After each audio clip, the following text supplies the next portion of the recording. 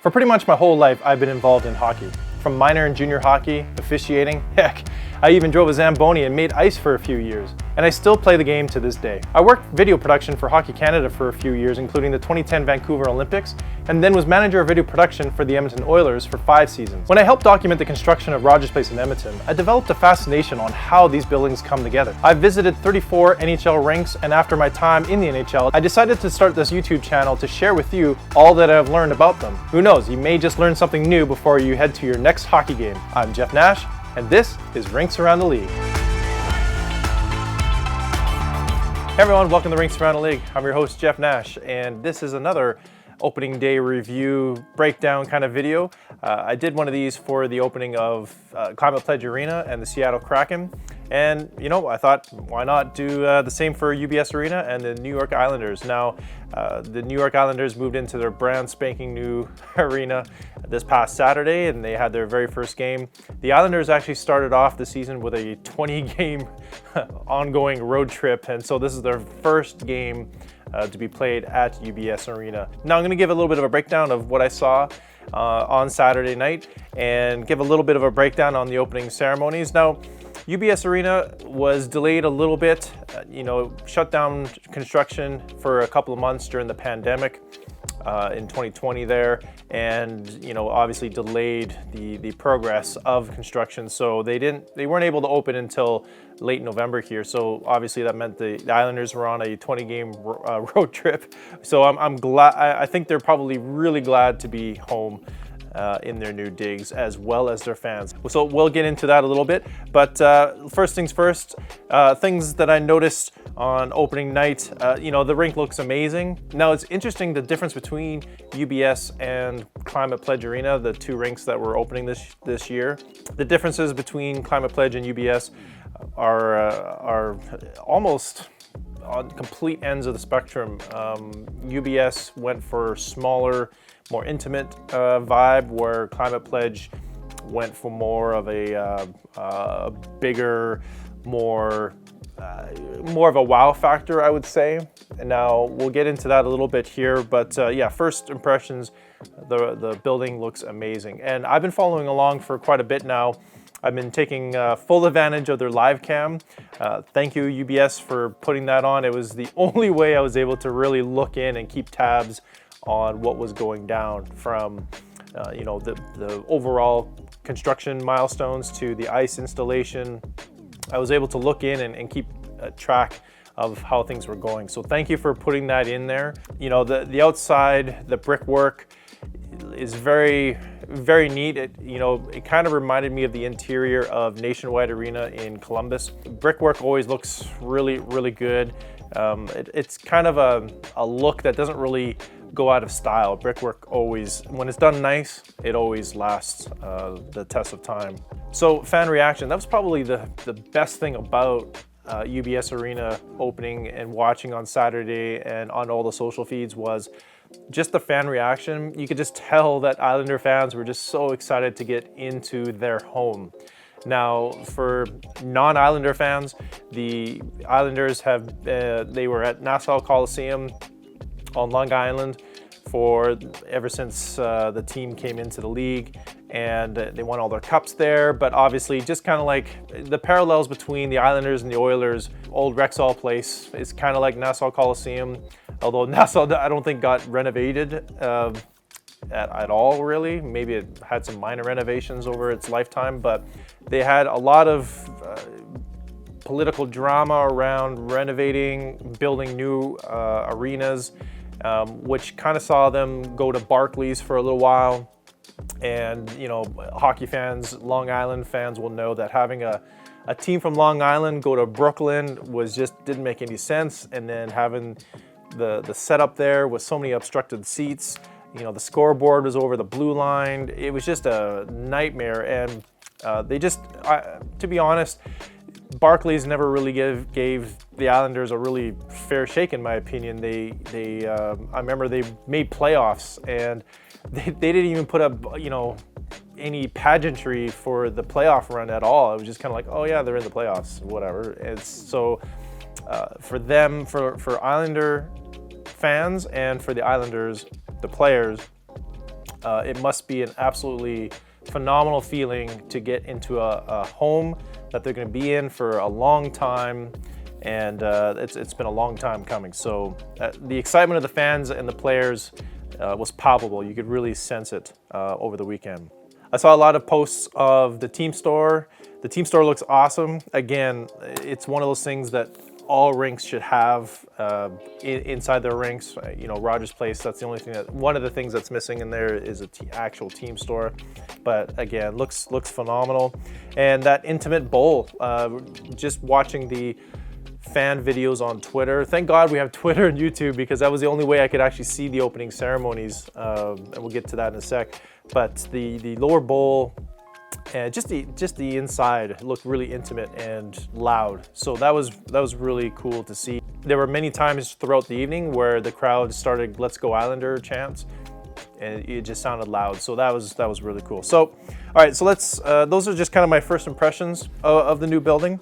So let's hop into the opening ceremonies. Now, I must say, if it wasn't for Twitter and YouTube, I wouldn't have seen anything, because the broadcast here in Canada, I think they started the broadcast for the anthems and the puck drop, and then the game started, because there's no opening ceremonies. Like, what is it with these buildings and these not so great opening ceremonies? But they did have a little bit of a show before the anthems and the puck drop. So I actually went on to a couple of fan videos on YouTube to watch the opening ceremony. So let's get into it. So we'll give you a bit of a rundown here. So at 10:40 on the game clock, they actually went dark and started the festivities. A video starts. The fans start one of their many "Let's Go Islander" chants. The video is really graphics heavy, has some nods to the past and banners and stuff. So that was kind of cool. Just a different vibe than the Seattle opening. The video was about 1 minute and 10 seconds, and again, really graphics heavy. And then coming out of the video, we go to Jigs McDonald, who's a long-time Islander broadcaster. So he's up on a stage up in the upper bowl, and so he's welcoming the fans. So he's kind of our MC for the night. So he comes on. He says "Welcome home," which got a nice cheer from the fans. So that was kind of cool for them to finally announce and have fans react to that. So that was really cool. So he kind of gives a little bit of a welcome straight into a video tribute to the late Charles Wang. It's about a minute-long video. The late owner, who died in 2018 from lung cancer, obviously played a huge role in the Islanders franchise, and a lot of UBS and Islanders successes were built because of him. So that was a really nice tribute to him, a nice ovation from the fans. So we come out of the video tribute, we get into Jigs again, reads out the script. He messes up several times. He keeps calling it USB Arena instead of UBS. It's funny, the first time where he finally announces, "And welcome to USB," and you're just like, oh man, that would have been an epic line if he didn't mess it up. But it's funny that it becomes kind of when he does it the second time through his speech, the crowd actually corrects him, and then he's like, "Oh, right, UBS." So he does it more than once. So just an oops slip, obviously a mistake there. But so he goes in and he talks about the overall design of UBS. He goes into the Blue and Orange Army. He talks about the amenities, moving from Nassau to Barclays to UBS, and he kind of runs down a lot of kind of the statistics of what makes UBS so unique. The fans, for the most part, eat that up. So he introduces the different areas, fan sections of the arena. And then at 5:54 on the clock, they go to another video tribute to past Islander teams, the Cup wins, the history, and it goes through all of the Islander history right up to their current team. There's some shots of the last game at Nassau Coliseum. It's a pretty great video, and it finishes with a clip of Dennis Potvin, the former captain, which the audio doesn't work, which is pretty awkward. It probably would have been more awkward if it wasn't for the Islander fans already starting the "Let's Go Islanders" chant. So I'm sure the game pres people were scrambling, trying to find out what was going on. But the crowd kind of took over and did a "Let's go Islanders" chant. Kind of an awkward moment there, but the fans glossed over that oopsies, which kind of goes into this awkward transition from Potvin to Jigs. Of you heard it, Islander fans, from your captain, and of course you couldn't hear. Jigs goes into thanking the construction workers that constructed UBS Arena. It's hard to tell on the tape, but I think everybody kind of gives a standing ovation, and then that goes into, at game clock at 3:23, goes into an on-ice projection video. At Barclays and Nassau Coliseum, they didn't have bells and whistles, especially for Islanders hockey. So I think for the Islanders fans to see on-ice projection is something completely new to the Islander fans. So I think they were kind of like, whoa, this is really cool. Like, this is not what we're used to. It's a graphics heavy kind of video. It lasts for about a minute and a half. It shows some cool production shots, unnamed player through the fog and stuff like that. It was spliced in with some game footage and some kind of shots of their marquee players, Barzell and the like. And then at 1:51, the team takes to the ice. The house lights come on. And at 49 seconds, they announce the starting lineup, and then zeros on the clock. They roll into anthems. So the singer sings both Canadian and U.S. national anthems. Kind of a cool thing. The U.S. anthem, the singer kind of sings the first couple of lines and then lets the crowd take it away. For a half second, though, I thought there was a microphone malfunction. I was like, oh, God, but she let the crowd take it. For puck drop, they had the Islanders Hall of Fame entourage. They had John Tonelli, Dennis Potvin, Bobby Nystrom, Clark Gillies, and then they announced Mike Bossy, who wasn't there in person. He's battling lung cancer at home, so he wasn't there. There was a nice ovation for him. They dropped the puck and the game starts. So that was basically about it. Now, some things I noticed during the ceremonies.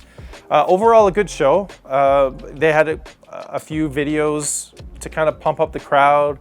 They obviously gave nods to the past with the previous Islanders teams that won cups at Nassau Coliseum. They showcased the on-ice projection fairly well. A lot of 3D graphics. The problem with on-ice projection is when you're sitting lower bowl, you can't really see what's being really projected on the ice. Unless you're sitting on the upper bowl, it's kind of hard to see what is going on the ice. But I think Islander fans ate that up. It's definitely, they really played into the novelty of it. So that was really well done. And that probably impressed fans because it was like, holy crap, like, what is this cool toy? Like, that's awesome. And, to be honest, Seattle didn't have it on opening night and the Islanders did. So, they really showcased their on-ice projection really well. Another thing that would have been pretty cool, again, is LED bracelets. They're for opening nights and for important games like playoff games, LED bracelets. San Jose is doing LED chairs now, but there's just such a cool element. It requires a lot of planning. It's not cheap. I can't remember how much it costs to do a show like that, but it requires coordinating it with your in-game show, etc. So they may not have had time to pull that off. But again, just another element that probably would have been really cool to have inside that building. Some event logistic notes. There's some things that obviously didn't go according to plan. You could tell right off the hop, no fog in the building. Fans may or may not notice, but when you are in the arena bowl, you have a lot of atmospheric lighting and you have the LED rings, you have the scoreboard, computerized lights that are coordinated to the show. They light up the building really nice, but you also want some fog. You want some stuff in the air to really highlight the lights so you can kind of see it. It's just more of an interesting visual when you do that, but I noticed there was no fog in the bowl. That could have really emphasized the overall entertainment package. So you have the on-ice projection, which is really good, but then they do have robo lights around the roof to add to it, but it was highlighting the crowd, but just some fog in the building just makes it a lot cooler. Like, you go to rock concerts, same thing. Like, they always fog up the bowl really, really nice. Jigs kept saying USB, like I mentioned before, instead of UBS, so that was probably just a mental oops, but it was just funny how the crowd yelled at him, "It's UBS, not USB," and so they helped correct him, so that was good. The timing overall seemed a little bit off when the team entered the ice. Islanders were actually already on the ice before they put up the house lights and before the announcer announced them to take the ice. Oilers fans may remember opening night in Rogers Place that they also had a similar oopsies, because the Calgary Flames were actually allowed to go on the ice before they were supposed to. Like most shows, you run behind in time, and whoever was supposed to hold the Flames from going out onto the ice didn't, and the Flames took to the ice, started warming up, which really, I know the in-games people were really upset about that, because they really wanted that punch of Connor McDavid hitting the ice right away. He was supposed to take a puck that was waiting for him at center ice that wasn't there because the Flames took it. The timing mistakes happen in shows all the time, and I think they were just a little bit off on their timing, and it showed on that. I don't know how much time they had for rehearsals. The puck drop was a little awkward because they brought all the Hall of Famers out onto a blue carpet, and they had to cue Bobby Nystrom twice to drop the puck. I don't know if he heard him, or I don't know if he heard it, his cue, or he was just excited and just kind of blanked that he didn't take the cue to drop the puck. But so it was kind of an awkward moment there. A fairly clean show, but I think probably my biggest thing that I noticed that was missing from that night was it was a nice opening show, but it didn't feel like a home opener, if that makes sense. Same thing with Seattle. There was no, you think of opening ceremonies, places like Madison Square Garden, where they have a really cool lighting visual effect. Like, they didn't even introduce the team. They introduced the starting lineup. The whole team came out and did a lap around the ice when the house lights came up. But even though we're 20 games into the season, this is still their home opener. Maybe they just didn't have time in their schedule to do this, but overall, I just felt it wasn't a home opener. A lot of teams will do this really cool player intro where they'll introduce each player, they'll introduce the staff, the coaching staff, they'll have all the players around center ice, they'll salute their fans. Like that, to me, that would have been a really cool touch to welcome fans home to UBS, is to have the players be introduced, gather around center ice, and do a stick salute to the fans for sticking through turmoil of locations and multiple rinks and like all that stuff, to say thanks for sticking it through with us, and to give a nice stick salute with the "Let's Go Islanders" chants. I think that would have been a really cool feeling as a fan, but also a really cool visual. Maybe that's not their thing, but a lot of rinks, when they have their home openers, they have a lot of cool visuals to go along with that. I think that was the only thing really missing, in my opinion, is just a really solid opening punch for a show for the Islanders. Timing wise, they started the game clock at 10:40, so they had under 10 minutes to knock off all of these elements. So not a whole lot of time there.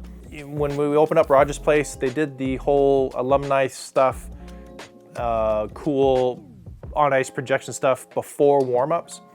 And I've always been a fan of that. Like, why not get the fans into the building early?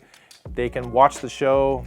During warm-ups, they can go get their beers and their meals. You just get everybody into the building first. And, first night in a new building, the fans want to be in there early. They want to check out the stores and the food and the beers, and like they want to walk around and take it all in. So, in my opinion, if they were really tight for time on this, they could have done the tribute to Wang before. They could have had Jigs do his whole introduction speech before warm-ups, and then the space in between warm-ups and game time for that 10 minutes, they could have done player introductions, stick salute, and then into anthems and puck drop. So anyways, that's just my opinion.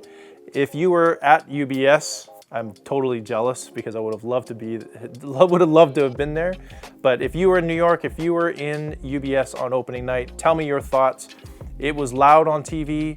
I was disappointed that the broadcast, at least here in Canada, didn't really cover or show any of the opening ceremony stuff. I had to resort to looking on YouTube and fan videos to watch it, but it looked like a really cool time. It always is when you're opening up a new building. I would love to see a crowd in that building just to see how that low roof and small footprint really impacts the crowd noise and stuff. I really would love to see that. Anyways, that does it for this video. Islander fans, enjoy that new home of yours. I'm gonna have some more videos coming up down the line here, so stay tuned on the channel. You can catch me on social at _therinks on Instagram, Twitter, and TikTok. Give me a follow on there, and we'll see you soon. Thanks for watching.